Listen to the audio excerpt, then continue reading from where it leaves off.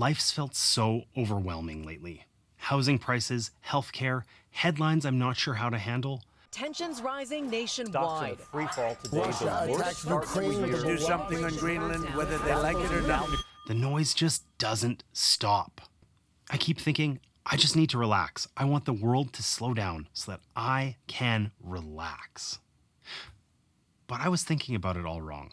Let's talk about A Gentle Rain, a game that's not about high scores, clever mechanics, or even hidden depth. It's more like white space, a framework for what's not there instead of what is. I know that probably sounds weird, but have you ever had something fun you want to do and you just don't? Might be calling a friend, going to a movie, reading the rules, and setting up a board game.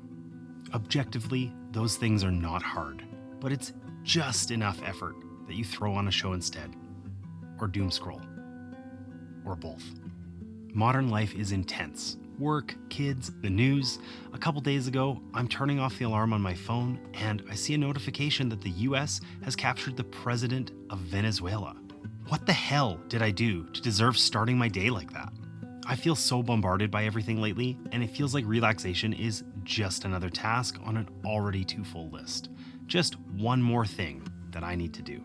So I found myself wondering, what do you do when the cure for stress is stressful? So I started reading about relaxation, and there's this thing called ironic process theory. The basic idea is that the harder you try not to think about something, the more you tend to think about it. You tell yourself to relax, and you notice how tense you are. Tell yourself to stop worrying about the monster in your closet, and all you can think about is your closet. I learned that relaxation works the same way. Think about a time where you couldn't get to sleep. The harder you tried, the more awake you became.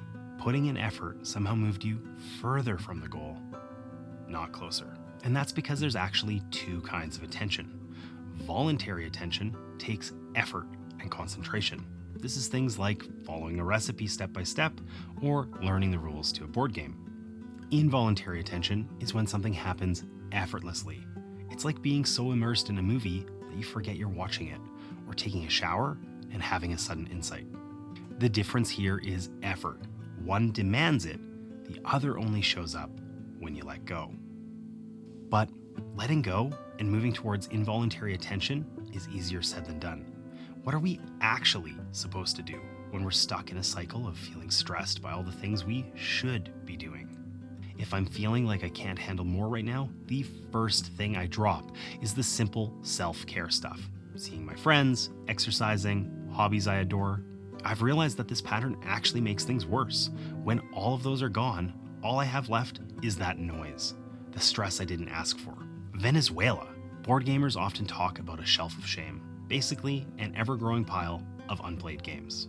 Every hobby has its equivalent, the guitars you own but never play, or the exercise equipment that collects dust despite good intentions.